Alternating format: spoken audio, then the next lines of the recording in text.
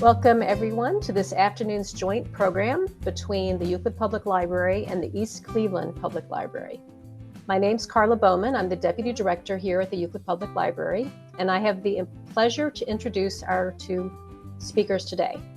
So we are honored to host Jonathan Abrams, who is an award-winning staff reporter for the New York Times. He's the best-selling author of 2 previous books, Boys Among Men and All the Pieces Matter.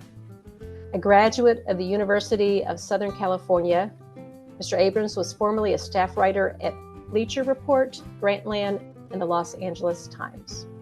Welcome, Mr. Abrams. Thank you so much, and thank you to the library for having me. Yes, so glad to have you.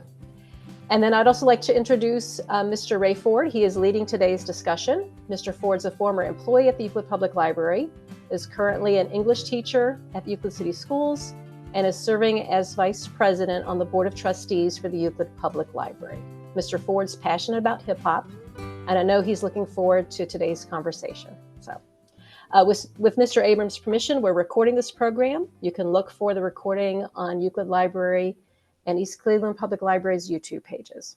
Jonathan, Ms. Abrams, it's a pleasure to meet you. And I just want to first of all, just thank you for writing this book and contributing to the knowledge that we already had on the culture.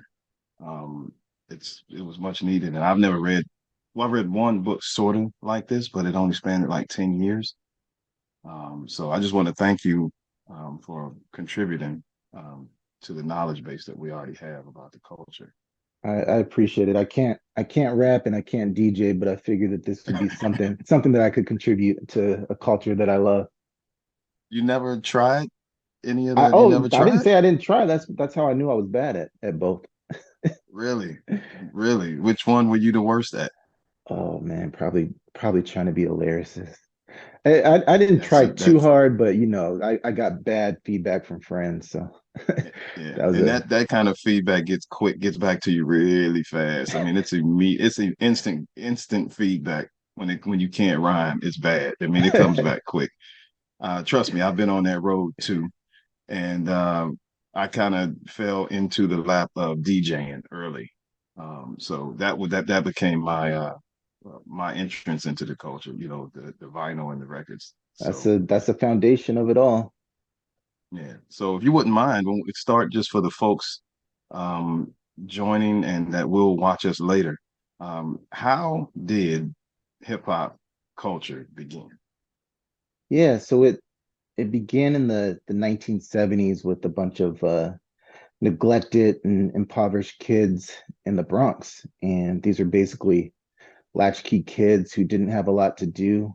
This was a time when the Bronx was burning, fires were everywhere. It was when the president told the city basically to drop dead. And so these kids basically had no outlet, nothing to do.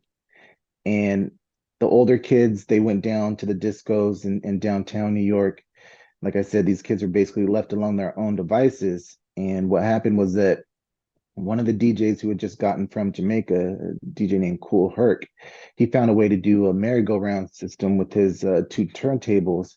And by doing that, he extended the break, which is the extended drum patterns of the songs. And that's when the kids love to get down and dance and be able to do that as long as they can. They form circles, and that's how the B-boys and B-girls develop. And from that spring a whole culture, a whole movement where you got the 4 elements of hip-hop. You got the break dancing, which is about to become an Olympic sport in Paris this summer. Then you have lyricism, you have graffiti, and you have DJing. I'm going to just jump on that because I just recently found out that the breaking is going to be in the Olympics, and I wasn't surprised because I knew that the international spread of the art form, but I'm interested to see how they score it. I don't know how do we determine gold, silver, and bronze medal. So that's an aside. I'm sorry, I just you mentioning that. Yeah, that's a whole other discussion. Oh man, but. So we'll talk about first the structure of the book and how you came up with that. So I guess we'll start with what made you want to write this particular book? So I knew that we were coming up on the 50-year anniversary soon enough. And to me, Mhm. a lot of the seeds for how this incredible genre was birthed, it hadn't really been discovered or really excavated with a lot of detail. It's been reported here and there, but I didn't see any book that went into the detail that I craved, that I wanted.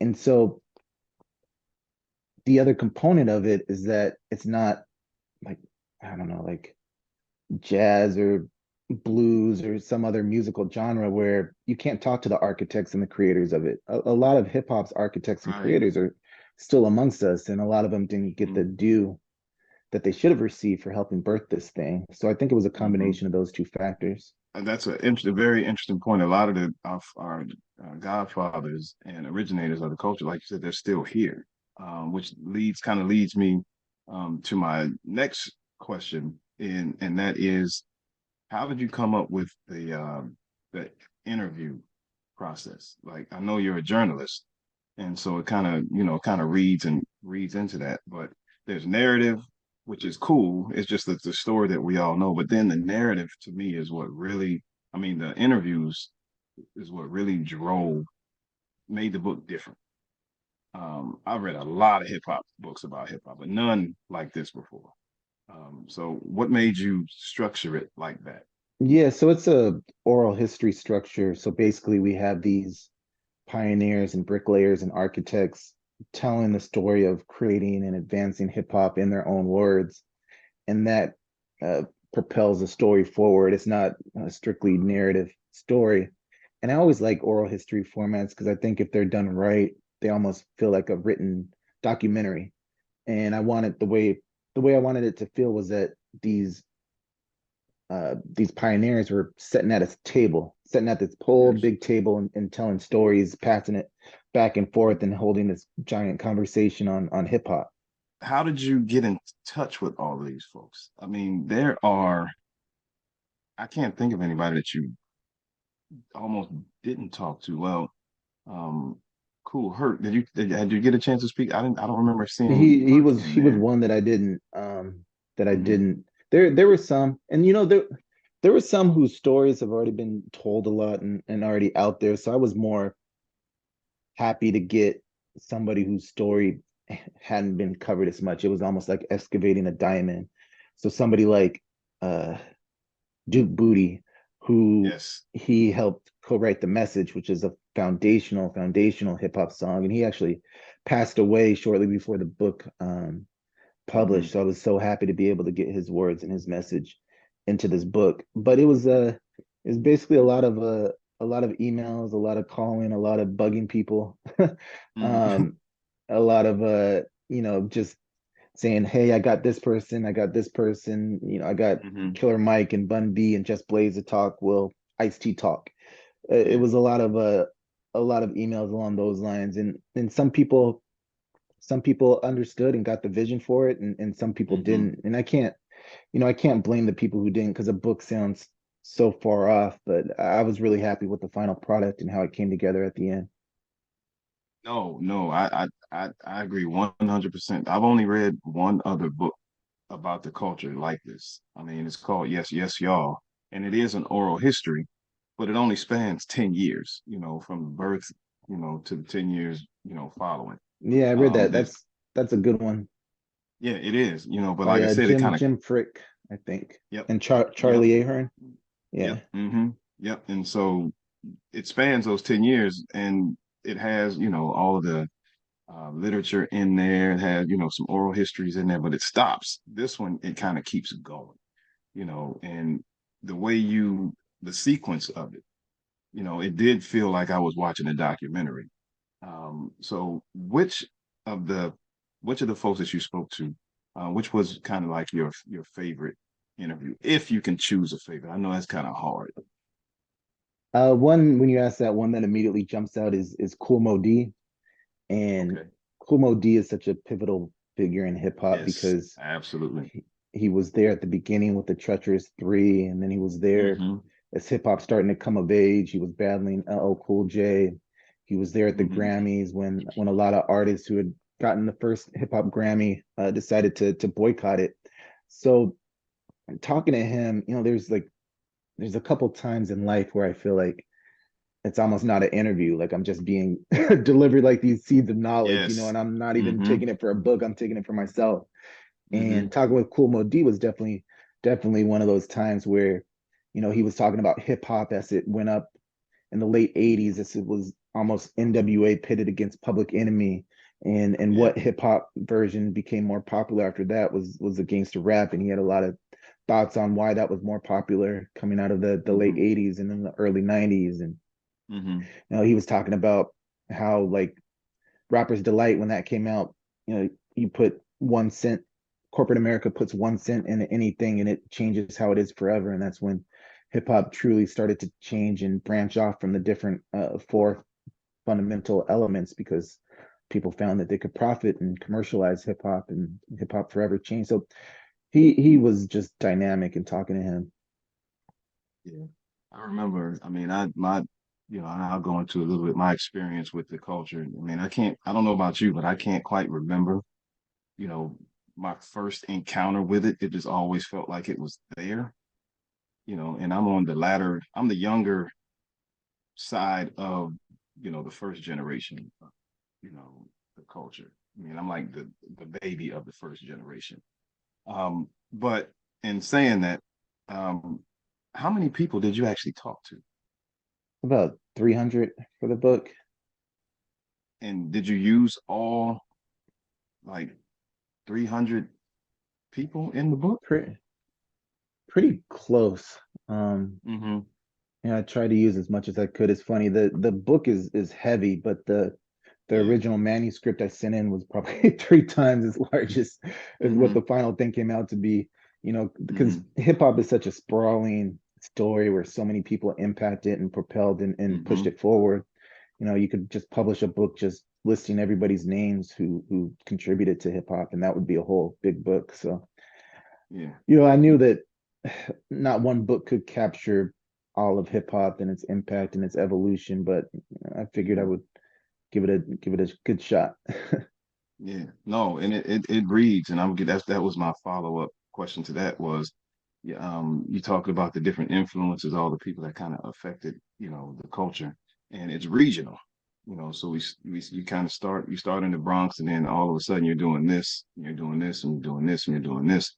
And so we end up, and that's when the book really takes off. A lot of times I would listen to parts of it and I would be in my car and I listened to it and I'm like, wait a minute. So now I felt like as I was driving, I'm driving through these different regions that you're speaking about. I love that. Um, oh, it was amazing. And the different voices, if you listen to the audio, I mean, the different voices that, help with the interviews and speak, to these oral histories, it's just amazing because every voice is kind of different. Um, so I guess we have to start in terms of branching out and how you wrote it and how the book just kind of spreads out across the country. Um, we start in the Bronx and then we kind of branch out and we move into, I mean, we kind of go south. No, we go west. We It go, goes west, we yeah. incrementally go west. So what was that like, going west? I love that you use the word branching out, because that's almost how I view hip hop. That's this big giant tree where you have the roots and it's starting to sprout in New York, and then as it evolves and gets older and gains influence, the branches start Mm-hmm. spreading out elsewhere.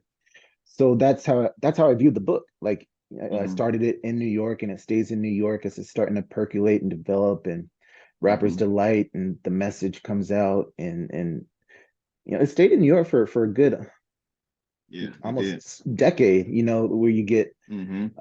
Run DMC is even coming out before it really gets big in the West.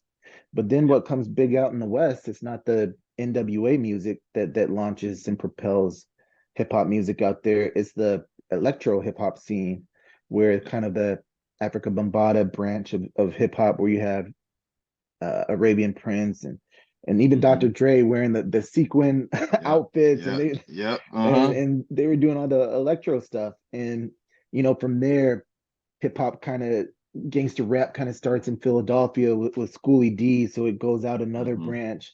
And then back in LA, Ice-T kind of co-ops what Schoolie D is doing, and then that is Mm-hmm. influencing NWA, and it starts. So it's just the building blocks of hip hop, especially in Mhm. its early days. You can almost plot them on top of each other and see, okay, there's a direct line from NWA to Ice-T to Schoolie D, and Mhm. I love how one influences the other. Oh, excellent. So now that so we if we're west, that's excellent. Thank you for mentioning that. So we're west. So I want to stay west for a minute. And I mean, and Schoolie D is mentioned and referenced, I don't know how many times. I mean, he's kind of like that bedrock of, I don't care. This is my expression. I'm not gonna bite my tongue. Nobody else has ever been asked to bite their tongue. Why should I be asked to bite my tongue? Um, and if anybody's listening, I mean, the song, the PSK, I mean, if you really want to get to know the culture, you need to venture into that song. You need to really meet that song. Would you agree with that? Oh, definitely. It's a springboard for a lot of for hip hop taking a turn and for a lot of what came next. PSK, what does it mean? Yes, absolutely. So I'm going to ask you this, and then I want to tell you what mine is. Your favorite, I guess, story that you heard from all of the interviews you did. Can you pick a favorite? Oh my I mean, I don't gosh. want to put you, I don't want to press you, but so we'll okay, let's just give me, it's hard because I have more than one, but your favorite, I know my two, but yours, do you have say a top, we'll even go top five. I'll give you top five stories that you heard and you felt like, wait, I didn't know that. I I didn't mean, know there that. there was a lot of I didn't know that moments um, throughout it, and selfishly, that was another reason why I wanted to report and write this book out was to be able to go deeper into a culture Yeah, that I discovery. love. Yeah. Absolutely. So there were moments like Ice Cube working with the Bomb Squad and Public Enemy. That's my number. That's my number one. Okay, keep going. That's my number one. That's my number one. When Ice Cube goes to start working with the Bomb Squad, that is my number one story. All right, so we go west and we hit the Bomb Squad. And when I'll tell my age. I was a freshman in eighth grade and freshman in high school when America's Most Wanted comes out. And it sounded so different than NWA. And I was like, wait, what is this sound? What is this? What is this? So then you write about it and you get like firsthand accounts of making in this relationship. Please tell us what that was like. That was I wish I could put into words how rare that was at that moment in hip hop. The East and West, it was just almost divided, not divided nations because of any animosity. I mean, literally, like people just didn't know each other at that Right. point. So Mm-hmm. they Mm-hmm. weren't collaborating. A West Coast artist wasn't going to collaborate with the East Coast producing team. And Mm-hmm. at that time, that was when NWA was fracturing, when Ice Cube was getting out of Dr. Dre. There was a lot of pressure on Ice Cube to deliver because he was one of the main writers for NWA, and now he was branching out on his own. And another one of the cool things that I don't know if I had realized or appreciated how much was how much NWA actually enjoyed the Bomb Squad and enjoyed Chuck D and what Public Enemy was doing out Mm-hmm. in Strong Island at that time.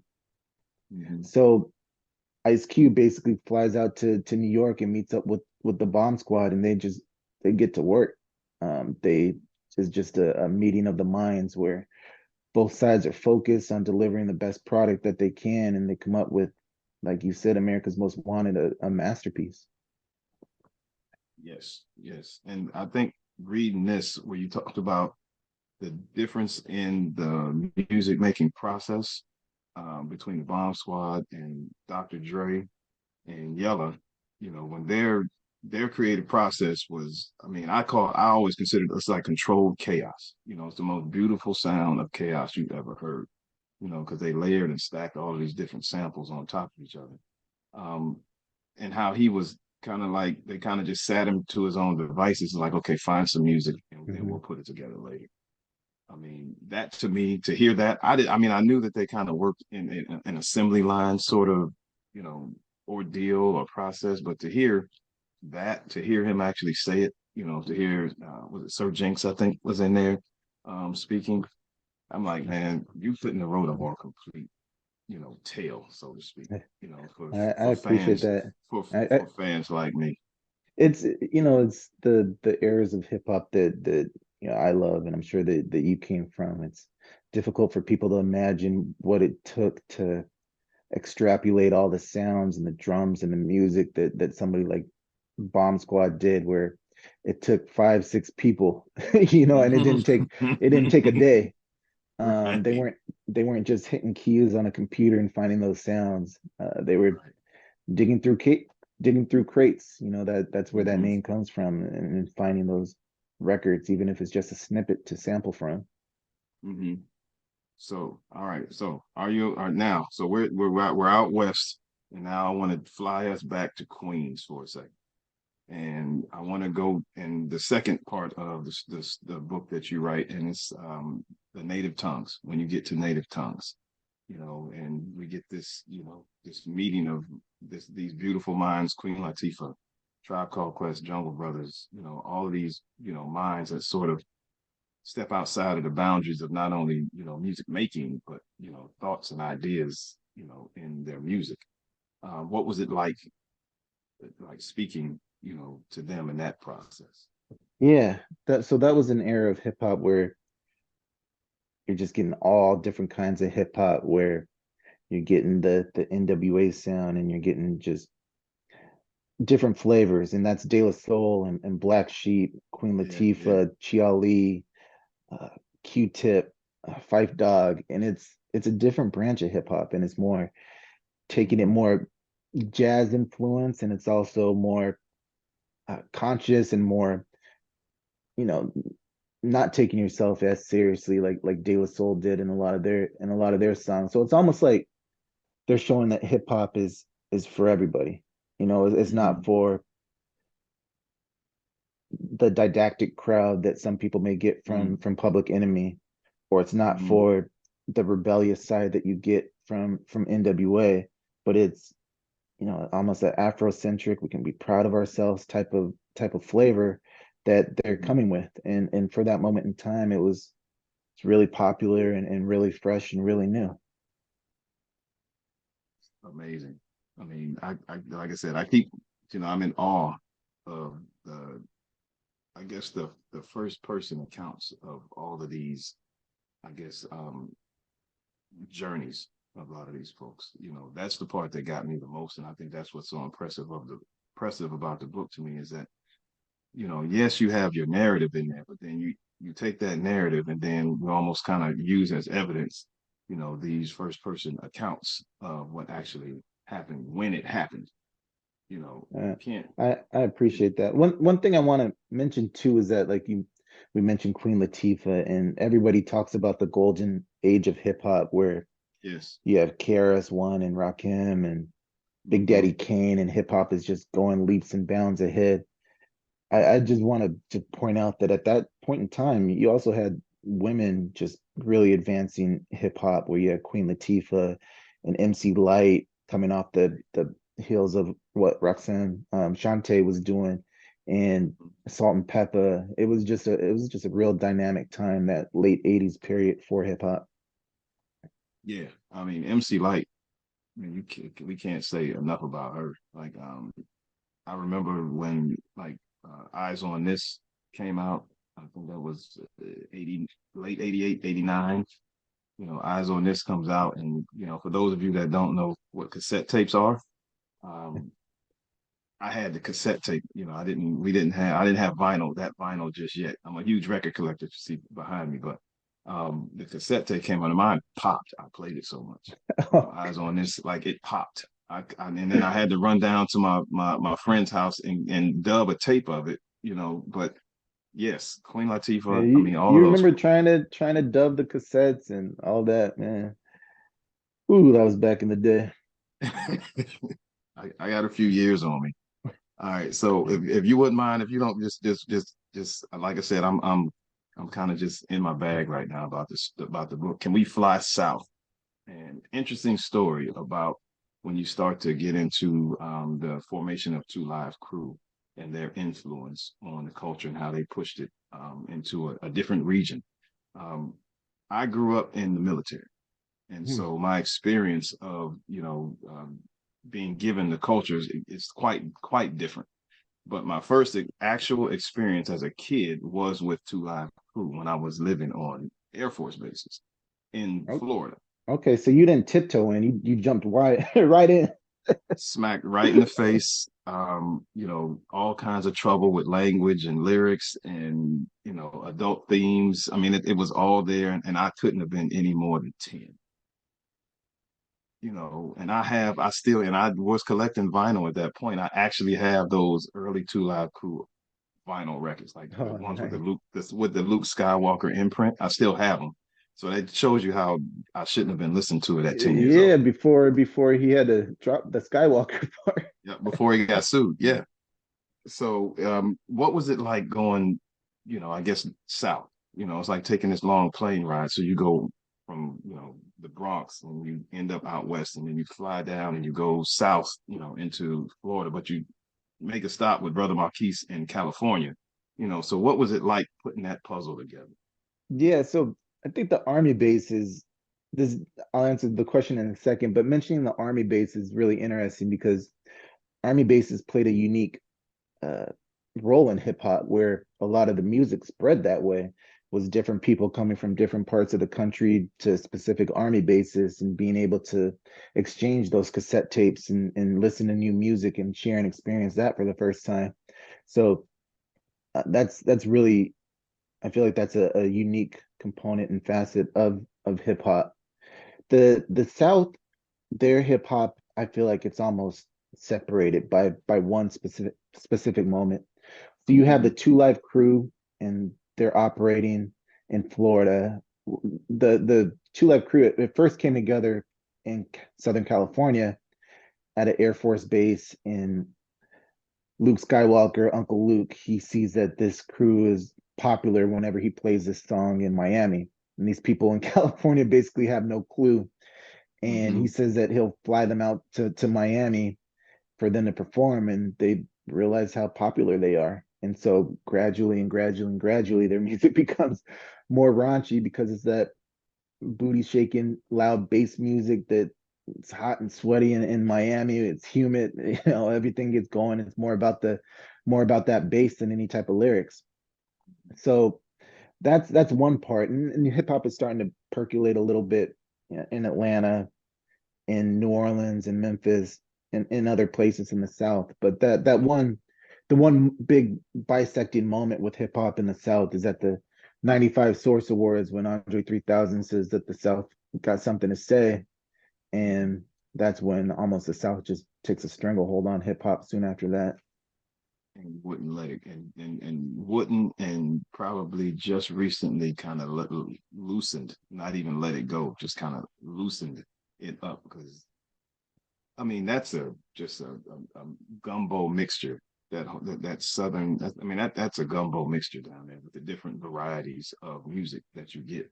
I mean because there's an interregional aspect to the South that just can't be Yeah. compared anywhere. So this is so now I want to ask you, how long did it take you to do this? Like this book, how long did it take you to write? Oh gosh. Probably about 3.5 years or so. A lot of it was trying to edit it and formulate it down to this big, massive words of what I had and what I wanted to uh, put forth and making it into more of a readable and digestible tone.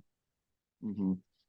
And is there anybody that you didn't get to talk to that you really looking back on it, even though I mean the way it came together was amazing. But anybody that you wish you could have fit in there that you didn't get a chance to fit in there or get a chance to talk to?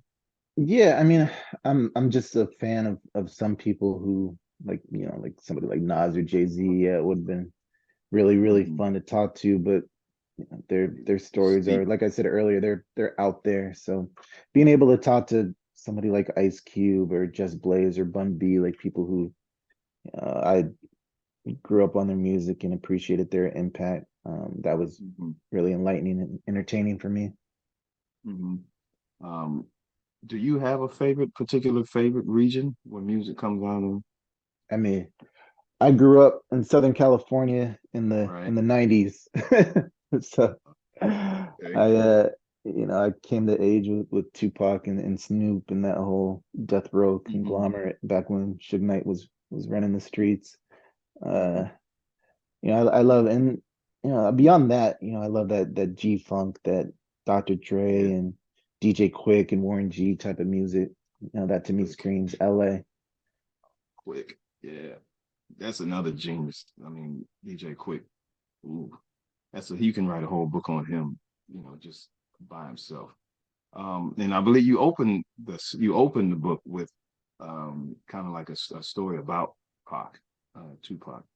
Um, and I mean, you didn't get too deep into it, but you did, mention him first. So, and there's a question here is like, what? And this is a question that anybody is probably asked. So it's kind of tiered tiered in two different ways. Like, do you have a favorite Tupac song? If you can have a favorite song, I mean, and it's hard for me when you have a favorite artist to have a favorite song. Do you have one?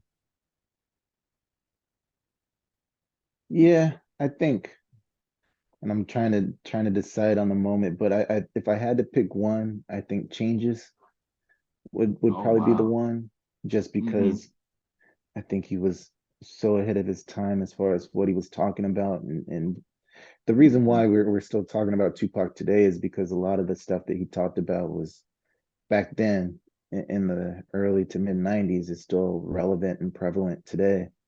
So when he's Mm-hmm. talking about like the world ain't ready to see a black president, at a time for and learn to see me as a brother instead of distant strangers, stuff along those lines is it's really almost being a philosopher and being able to see things that haven't even happened yet. Yeah, he was very prophetic in that way. And unabashed in his I mean and it grew. I remember, I was old enough, I was a young teenager, Digital Underground and, kind of this sparse, appearance of him Yeah, he and, was all dancing. around and same, yeah, and same song. He's like, he's part of the crew, and I think he's on the same song. It's like, man, who is this guy? And then, Apocalypse Now comes out and you're like, wait, that's different, you know, and then um he just grows. I mean, and then he grows and grows. It's like you can't get rid of him. You don't want to, but it's like, man, he's infectious almost in a good way. Um, do you remember where you were when he passed? Yeah, I think that's one of those like man on the moon moments for Mm-hmm. for people of our age. I remember Mm-hmm. I had a friend who told me I was in I think eighth grade at the time, and yeah, a neighborhood friend told me, and I was one of those kids who for weeks and probably years afterwards was hoping that he was alive somewhere in Jamaica, still Oh doing yeah, new I music. remember that. Yeah, Yeah, I because remember. for the longest time I have no idea how he recorded so much before he passed, because he didn't live all that long, but to just have that type of Hmm. catalog for stuff he recorded is just amazing. So yeah, I was following those conspiracy theories probably before they were even out, hoping he was still around. Yeah, he was a studio. I mean, and this is colloquial phrase, but he was a studio rat. He would he would make songs like five, six, seven, eight, nine songs in one night. He was a machine, when it came to that. You And know, most people when they do that, it sounds like they made seven, eight, nine songs in one night. you know, for him it didn't. like they were tired when they made that one. Yeah. They just picked that one up. No, absolutely.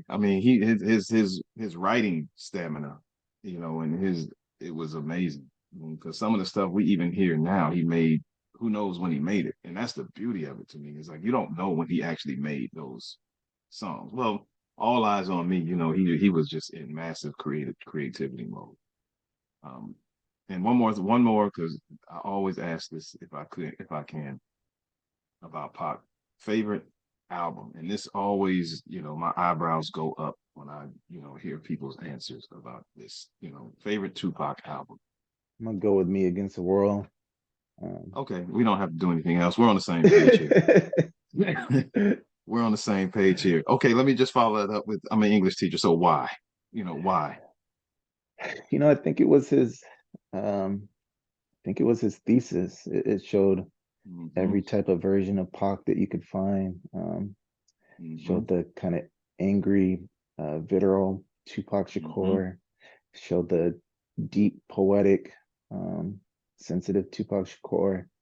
It Mm-hmm. showed a lot of different aspects. And at that point in my life, you weren't seeing that many different types of African Americans portrayed in media having a wide breadth of personality, skills, or traits. Mostly Mm-hmm. on TVs or movies, it would be either the black criminal, or it would be the upstanding black citizen who could Yep. almost do no Mm-hmm. wrong, like the Mm-hmm. Uncle Phil type character on TV. So this was a definite different version showing the full Mm-hmm. 360 spectrum of being black. Right. Yeah. And people always ask me, and I always frown when they hear me say that Me Against the World is my favorite record of his. And because All Eyes on Me always takes, because I guess it's the most recent current, and they still play all the, songs from that record. Um, but for me, like you said, I always describe it as it's the one place where he's not extreme in any one way. If you listen to Apocalypse Now, he's extreme. His views, his opinions are extreme. Strictly, I mean, you don't get any more extreme than that one. And then when Me Against the World, he just kind of balances out. And it's like like you said, there's every like part of him on that record. So yep. So I thought I was gonna have to dig a little deeper with that, but no, we're on the same page. We're on the same page there. So so respect for that. Um, let's go back to the book, the cover. How did you come up with the cover? With the cover. Yep. How'd the cover come to be? So I thought the cover, we got a couple different examples and ideas, and I just ended up loving this one because with the pastel colors, it looked like almost an Mm-hmm. old school flyer. It was written Yes. up for a party, one of those Yeah. hip hop Looks like parties in one of the Herc's 70s. flyers. Yeah, Yeah. it looks like one of Herc's flyers. Excellent. And then the title. Yeah, so Like, I mean, for me, like, I think I bounced around with having the title be Book of Rhymes for a little bit a while, and then mm-hmm, that fell short for the totality of hip hop in the end, mm-hmm, because hip hop is obviously more than just rhyming. And so to me, we talk about how this thing was birthed. The first question, we talked about it being birthed amongst decay and ruin and hopelessness in the mm-hmm, Bronx, to go on to influence almost every strand of America, and then the mm-hmm. world, where it influences so much. To me, it's the biggest come up story of all. And Yes. you know making something out of nothing into something that permeates every strand of society. So Mm-hmm. that's why I ended up with that title. And yeah, it's the cover. I mean, it catches your eye. I mean, when I first saw it, I mean, and I'll tell when I'm in class, and whenever I'm in class, I always let students know what I'm reading at the time. So they come in and they see this on the board, and it's like flashed up there, and they see the cover, and they're like, "What is that?" And I'm like, "This is the book I'm reading right now." And I'm teaching eighth grade advanced English at this right now. So they see the book, and it's like just a digital image of the cover. So they see it and like, man, I want to read that. I want to read that. And then I give them the story. I'm like, okay, here it is. And like, wait, how many pages is that? I'm like, it's just a couple. It's just a couple pages, just Hey, one or two tell them it pages. could have been a lot longer. Yeah, it's It just was. one or two pages. But I did, and I did at one point. We had some free time in class, and so I played some of the audio for them, and I showed them, the structure of it and how it's laid out. And a lot of times, with students that are more reluctant to read, if you show them that it's not overwhelming and it's not just a page just full of like, 5-point font words, it kind of loosens them up, and they're less intimidated. And when they saw the pages and how they were written, and how you had, different fonts, you had the narrative in bold, and then you had the interviews kind of in a smaller font. um, they were more apt to read it. You know, they were more apt to jump into it and learn. So I do want, again, I want to thank you for this. I'm gonna actually be using, you know, some of it. I haven't quite figured out how yet, but next year, when we do come back for in the fall, I'll have, you know, lessons written on it, you know, in the I beginning of the beginning of the year. I love that, and I appreciate that so much. I think that was secretly one of my goals, was that this book could eventually be an educational tool in classrooms to help introduce people to hip hop, and especially kids, because hip hop is something that dominates kids' lives. And how many Hmm. kids really know where it originated They from, don't. how it They don't. originated? They truly don't. I mean, from their, you know, the way they speak, um, how they dress, you know, sneakers is like, I'm like, your sneakers, you didn't come up with any of that. You know, I didn't come up with it. You didn't come up with it. You know, that was that was given to us. Um, so at this point, where are we at on time? We're almost to the questions section. But all right, so you began. How did you know? Did you when you were writing this? Did you have an end point? Like I know you knew where to start. Did you know where you wanted to end when or did you just kind of evolve into, okay, this is a good place to stop now? Yeah, I really didn't. And for a while that threw me off a little bit, because this hip hop is so open ended that the book really Yeah. never could end, because obviously hip hop never ends. There is no ending spot with the genre. Mm-hmm. So as I was coming up with it, and as I was looking at different pivotal moments, I just thought that Kendrick Lamar winning a Pulitzer Prize just Yes. showed this giant leap in hip hop, where at one point it wasn't even considered for the Grammys and they had to boycott the Grammys, to now the art form is being recognized on this type of scale. And I just thought Mm-hmm. that's it. Like, this is just the moment that shows how widely accepted and how immersed it is in everyday culture, where you have this type of esteemed critics and jury uh, Mm-hmm. giving this amazing award, and it's deserved. Where, but the point Absolutely. that I wanted to make, also, was that Public Enemy deserves something like Mm-hmm. that in their day, and it just Mm-hmm. shows that hip hop evolved and changed, but also so did the acceptance of it. Yeah. So, um, and that's, I mean, that's very eloquently put. How hard was it to get them to? Oh, wait, we have a question in there. I don't know if you can you see it? Yeah, It says, the reception that hip hop had into the music industry. At first, it was initially considered to be a novelty, and especially mm-hmm. with artists back then. So I'll just take it by the example of Rapper's Delight and how that came about. Mm-hmm. There were people who had been practicing hip hop and performing it at parties and battling people already in New York, who were, I guess you can call them, almost like street legends at that time. And by the time Sylvia Robinson, who makes Sugar Hill Records, she comes up with the idea of transporting this onto vinyl. She approaches a lot of the people who have been practicing and doing hip hop, and they basically say, "No, that doesn't make sense. That's What, fun. this Isn't that thing can't funny? be, yeah, this thing can't be packaged and go on the radio or go on vinyl." And they say no. So she basically just engineers and constructs this group to make Mm-hmm. Rappers Delight people who aren't even really considered rappers at that time. Mm-hmm. And a lot of it is just taken and extrapolated from rhymes that the Sugar Hill crew had heard on from different rappers that they had heard performing. I mean, at one point, Big Bang Cake even spells out Casanova's name, Grandmaster Caz. And so that's where it was at the beginning. So I say all that to say that in the beginning, nobody really realized the magnitude of this thing. And it stayed that way even after Rapper's Delight, which is this, the 15-minute version is catching fire across the country. And it's a whole 15-minute version of the song that people are listening to it all.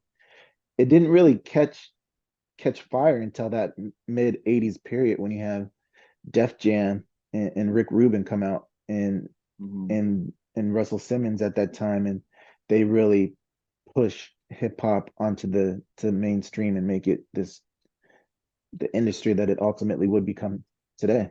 Hmm. Oh, all right. So we have another question. It says, and it's kind of piggybacks on something that I may have asked earlier, but it says, when you're researching a book like this, how do you know you have enough, or are you done? Yeah, so it's a tough question because hip hop is so open-ended, and as a reporter, as a journalist, I'm never gonna say no to one more interview. I Hmm. think I had asked for one extension already from my publisher, Hmm.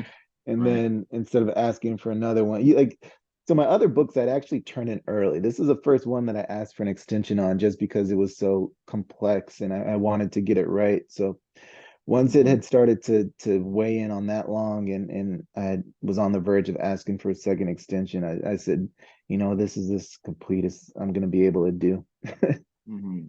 So you took the Q-tip approach, very meticulous, and he had to rip albums out of his hands.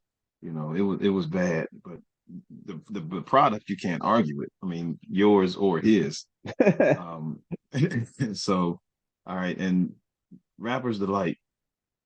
That's I mean, you spoke about Rapper's Delight and Sylvia Robinson and its impact, and do you feel, I mean, and we all know already, but we'd like to hear from you. Like, is that what opened the door, you think? Yeah, Um, that not just opened the door, it opened a just huge wave for hip hop to come through and become mhm, popular, and because it was played on radios everywhere. And for a lot of people, it was the introduction to hip hop for them because they weren't in New York going to these parties and going to these park jams. They didn't mhm, know what hip hop was at that point, and almost there's they almost lay it out, the Sugar Hill Gang in the songs. They tell you what hip hop is basically. mhm, So it was immensely popular, and not just in New York, but nationwide. But what it did, it almost created this split in hip hop where you had these people who were already practicing hip hop for years earlier and were already more advanced than what was going on with Rappers Delight and Sugar Hill Gang, and they weren't able to really catch the tailwind of what they were doing, and they were almost a little upset that they felt like they had to almost go back and retrain themselves to do this more elementary version of hip hop where they thought that they had surpassed where they were already. But since this is the masses introduction to hip hop, this is mhm. how they need to do it and able to become popular. Yeah, and it's funny because you do write about that in here where you said once Rappers Delight came out, a lot of the pioneers that had already, started to get more sophisticated in their writing and in their ideas, they were like, oh, wait, now we have to go back now? Like, we have to start over? I mean, like, because Rapper's Delight doesn't even have a structure to it, really. Yeah. They just kind of, there's no song structure to it. So, I don't know if personally I've listened to it enough times. I know the long version and the short version, but there's no structure to it. But And the Keith Murray version, and I mean, oh yeah, I forgot about that when the Def yeah, Squad did it. yeah, the Eric Um, Sermon. But that it yeah, goes back so to what Kumo D was talking about, where corporate America puts 1 cent into anything, it changes forever. And once Rapper's Delight started becoming popular, and you see Def Jam a few years after that, you see a fracturing with the other elemental sure. Sure. foundational elements of hip hop, where lyricism becomes way more popular than Hmm. graffiti or DJing or a lot of the other stuff that was, because before, when it originated, it was presented almost as this multifaceted gem where all these elements combine to make hip hop. And Hmm. as it became more popular, it just became very different. Oh, interesting. So we have two questions. We'll start, and this one let's do this one first. And it refers back to Rapid Delight. After what you just said is like, would you consider, or in general, do you consider rap hop? Is it true hip hop? Yeah, I think it's true hip hop, especially at that Yeah. time. And Hmm. they're still, coming out with what hip hop is, especially introducing it to the Hmm. masses. So yeah, it's hip hop. A lot of it was Yeah. was built off of what other people had already done, Oh. but they were Hmm. able to push it and package it and deliver it to the mainstream first. Um, and it's also a little bit different because it uses the bass line from Chick throughout it as well. So the music is different than what hip hop had been coming up to that, and hip hop obviously changes a little bit more after that when it gets more into sampling and away Hmm. from the live music and the live house bands. But that's it's definitely hip hop. Yeah. I tend to agree with it. Agree with that too. Another question, and it well, we have it's almost two faceted. Oh, so the question is, where does Run DMC and Aerosmith's Walk This Way, the song, where does it fall into pushing, rap and the culture into mainstream, in Yeah, your opinion, as you read? yeah. I saw that the breaking of the wall was mentioned in the question, and it Yeah, literally broke down a wall where there was no like one, literally in the video. yeah, there was no Yeah. one group more pivotal in bringing Hmm. hip hop to the mainstream than Run DMC, where if you remember they had Rockbox and other songs where they showed that they could rock with just about anybody as well, and Hmm. they're obviously pivotal in bringing commercialization into hip hop with Adidas Hmm. shoes and a way of looking new and fresh and hip. So when you put Aerosmith and Run DMC together, I mean that was almost an irresistible concept, and it's at the time when MTV is starting to become popular as well. So that's another component where, back in the day when music videos actually mattered, and people Right. would be appointment TV Yeah. for a lot of people. So it caught Hmm. new eyeballs that way as well. Yeah. So, that's a great question because it helps actually segue into the visual representation of the culture and moving into Yo MTV Raps, Rap City. And what do you think that did to help? I remember it. I remember how it affected me as just a kid and preteen, seeing these videos for the first time, actually being able to put faces with names and sounds. In terms of the culture, how do you think that helped break that wall as well? Yeah, I think that's the biggest thing that you just said was putting names to faces. Because even if you're lucky enough to be able to have a new cassette and have a new album, you're not seeing what these people look like. They may look like you may be able to relate to them even more. So once Yo MTV Raps started in the mid 80s, and you had it wasn't just Fab Five Freddy in a studio. He would actually go out and visit NWA or go out to different places and see them in their different locales and how they live.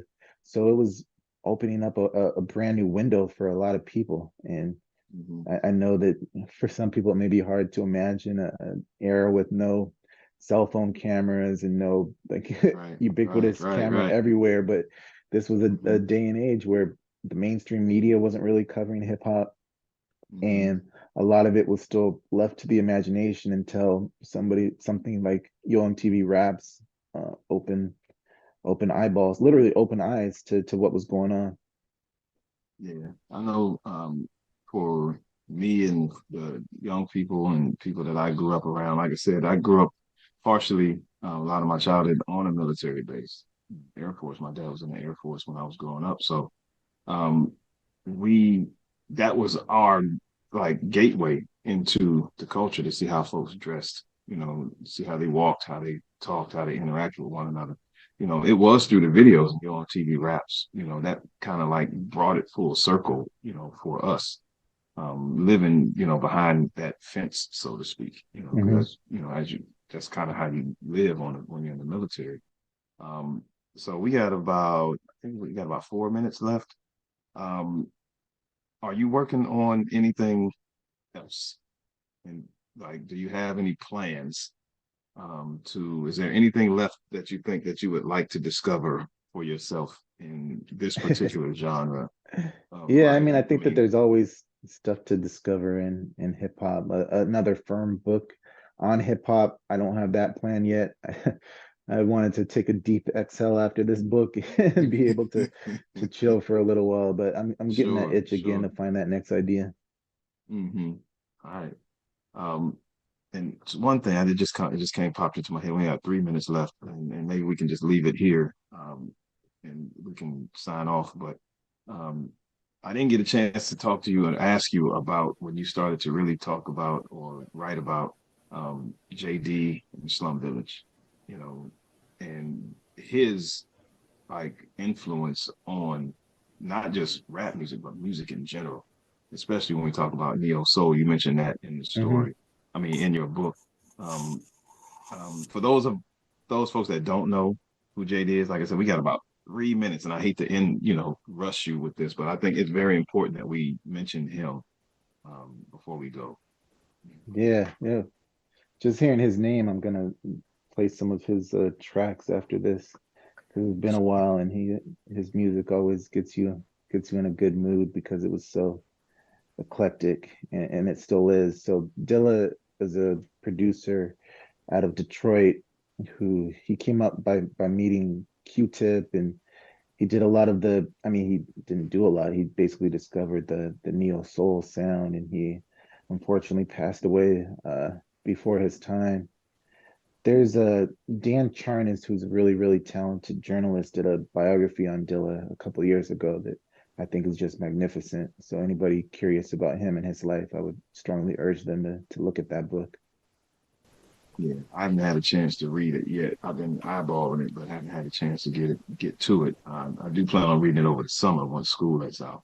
But oh, there she is. All right, so we have about 2 minutes left. Um, I want to thank you for not only speaking to me but writing this wonderful book that, like I said, I'm going to start creating lessons. Many lessons for my students beginning next year. But thank you. I appreciate the time, and I'm sure Euclid Public Library, we all do, for you taking the time out of your day to speak with us about this book. So can't thank you enough. The honor was all mine. I appreciate you, Ray, and I appreciate the library. I'll just add my thank you to both Mr. Ford there. Ray, you did a great job. And thank you, Jonathan Abrams, for writing the book. We do have copies for checkout here at the library, but we do encourage people to purchase the book as well. It's On the Come Up, An Oral History of Hip Hop. It can be found in all the bookstores. So, alrighty, well, thank you very much. Again, this is a combined Euclid Public Library and East Cleveland Library program. And with that, I'm just going to close out the program. Have a good day, everyone.